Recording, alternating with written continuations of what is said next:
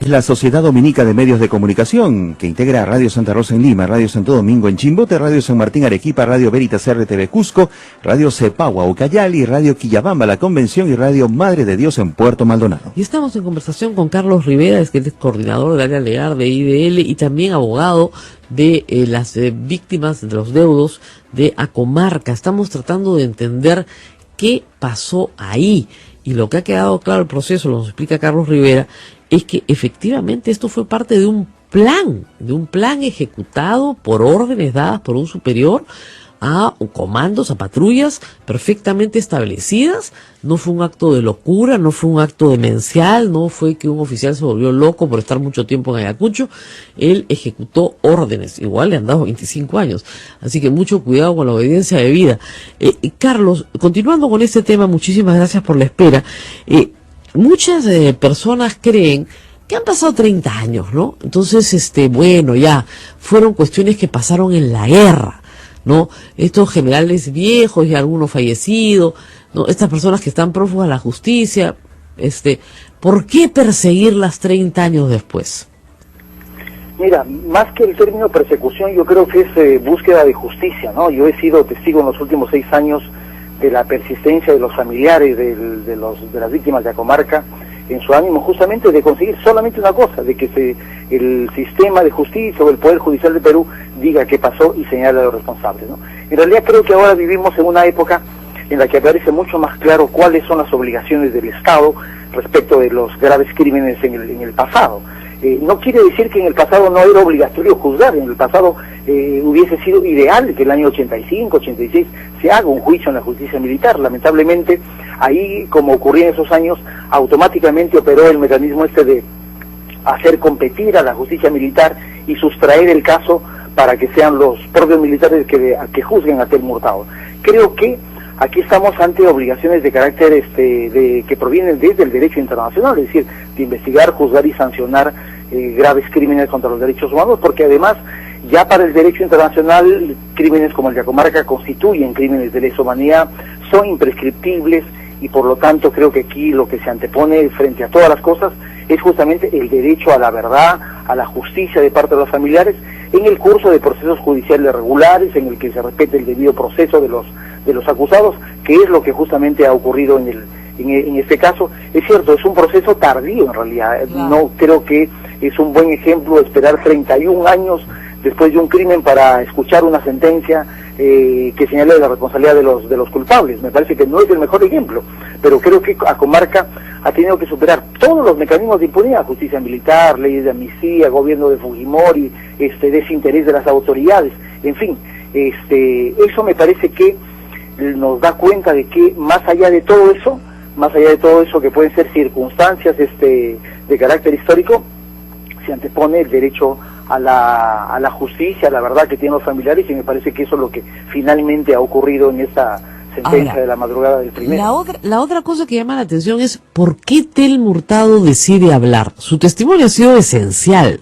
Si él no confiesa, ¿no es cierto?, si él no dice todo lo que ha dicho en el proceso, finalmente no se hubieran obtenido con tanta certeza, ¿no?, las conclusiones a las que se han llegado. Cargo de conciencia, sentirse abandonado por sus superiores, ¿qué hace hablar a Telmo Hurtado? Sí, hay dos hechos importantes, ¿no? Uno, efectivamente, me parece que es el proceso personal que Hurtado ha vivido desde hace más o menos 12 años. Hay que recordar que Hurtado no es que está preso desde el primero, o sea, Hurtado está preso desde el año 2005, 2006. Ah, sí, recientemente. Se descubre que está en la Florida y se inicia un proceso larguísimo de extradición, que recién termina el año 2011. Pero Hurtado ya tiene, por lo tanto, esa cantidad de años en carcelería. Eso es lo primero, es decir, creo que hay un proceso personal, como Hurtado lo ha señalado, dice, ¿por qué razón yo tengo que comprarme todos los boletos? Ha dicho en el propio juicio, ¿no? Y segundo, cuando Hurtado es extraditado de los Estados Unidos, ya él llega con un juicio oral bastante avanzado, tan avanzado que todos habían ya declarado. Y se encuentra con una realidad, en realidad, que lo sorprende, porque todos, sobre todo los oficiales, habían dicho Hurtado es el único culpable. Ajá. Hurtado es el responsable y Hurtado lo cometió porque está loco. Y él cuando llega, evalúa esa situación y dice, ¿me voy a comer la cárcel yo solo o es que aquí tengo la posibilidad de decir la verdad porque hay otro responsable? Y creo que ese es un proceso duro para un oficial del ejército, porque en general la experiencia me dice que suelen tener como estrategia el negar los hechos, el coordinar defensas y simplemente decir que aquí nada pasó. Hurtado rompe con esa lógica, ¿no es cierto? Y Hurtado, al romper con esa lógica, genera dos hechos muy particulares. Uno, que él acepta su propia responsabilidad y dice, de todas las víctimas, yo he matado a 30 comuneros y maté al guía senderista que el G2, el hombre de inteligencia, me proporcionó para identificar a la gente de la comarca. Pero dice, los otros los ha matado Juan Rivera, que fue el jefe de la patrulla, que vino por el otro lado de la quebrada de Huancayo.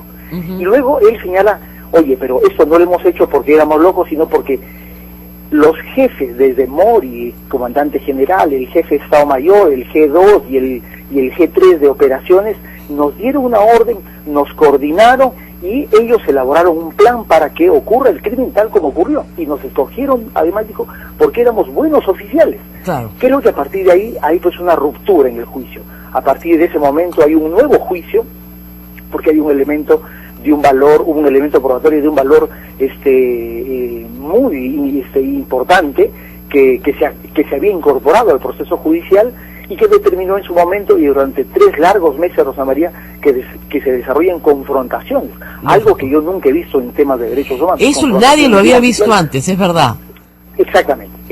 Y ese elemento se vuelve, como bien ha señalado, un elemento superlativo en cuanto al valor que tiene y al valor que los jueces finalmente le han dado para, sobre todo, condenar a los jefes militares de Ayacucho, ¿no? Ahora, evidentemente hay algo que no encaja aquí, ¿no? Yo entiendo una orden militar para terminar con una base que creemos es senderista, ok, pero ¿por qué matar a 30 niños? E inclusive matar al guía que los llevaba al sitio, que no era de ahí.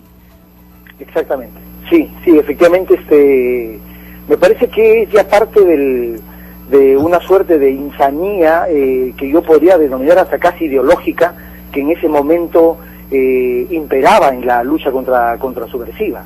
Si fuese solamente a comarca, mira, uno podría generar dudas respecto de si la orden contuvo una decisión de esa naturaleza, pero lamentablemente hay otros hechos, el caso de Putis, el caso de Jarpajata, el caso de Parpipomatambo, que son operaciones muy similares a las de la comarca. No tienen la dimensión, aunque en el caso de Putis hay una mayor cantidad de víctimas, pero van en la misma dirección, y en todos esos casos hay eliminación de niños.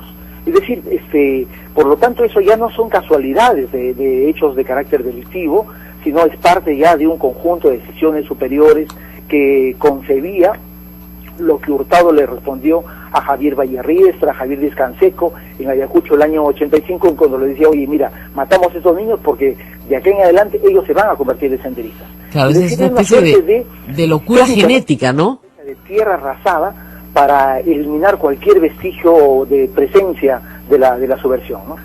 Claro, pero parece una locura, la verdad. La verdad que cuando uno escucha una cosa así, dice, no puedo creer que oficiales de las Fuerzas Armadas pudieran creer, ¿no?, que matando a niños se iba a evitar que estos se convirtieran en terroristas, ¿no? Bueno, lamentablemente, pues, como tú dices, posteriores no les dieron totalmente la negativa de que eso no era lo correcto, ¿no? Finalmente Sendero en esos años solamente estaba en Ayacucho y poco tiempo después estuvo en todo el Perú. Es decir, esa no era la estrategia correcta, ¿no? Esa no era la estrategia correcta, sino ese era un camino absolutamente irracional, ¿no? Bueno, muy bien, muchísimas gracias a Carlos y Rivera por haber discutido con nosotros esos aspectos que creo que no se habían discutido mucho en estos días, pero que son relevantes para entender la importancia del caso Acomarca. Es poco probable que en toda la carrera suya vuelva a haber un caso así, ¿no? Porque normalmente los militares se han encubierto unos a otros y va a ser muy difícil que volvamos a encontrar un caso así. ¿O usted cree que hay algún espacio para algo similar? Son particularmente horrorosos, y a buena hora que el sistema de justicia peruano, a pesar de la lentitud y las negligencias que se han cometido en el curso del juicio, finalmente emitió una sentencia que creo que hace justicia y que restituye un poco la dignidad y el valor que los familiares han tenido en perseguir justicia durante más de 3 décadas, ¿no? Bueno, muy bien, muchísimas gracias a Carlos Rivera, y nos toca a nosotros irnos a la pausa. Justicia y verdad es lo que buscan las familias. Justicia, verdad y reparación, por cierto. Y la reparación incluye también encontrar finalmente a los restos de las personas queridas y poderlos enterrar, cosa que ha sido muy importante en nuestra concepción del mundo y en la concepción del mundo andino, ¿no es cierto? Tener a familiares sin poderlos enterrar es una gran demanda, es una gran deuda. Y sabemos dónde están los sitios. Lo que se supone que tiene que hacer el Estado en este quinquenio es realizar las exhumaciones, realizar la identificación de los cuerpos y enterrar a todas aquellas personas a las que haya que enterrar de la forma más digna posible. Bueno, vamos a hacer una pausa y regresamos con mucho más. Ayer, en las redes sociales, otra vez el escándalo. Una foto trucada de Marisa Glave y de Verónica Mendoza. Nuevamente, Fujitrolls, como los hemos llamado, al ataque.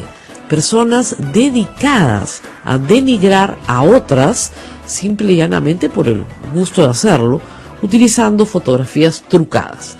Vamos a la pausa y volvemos.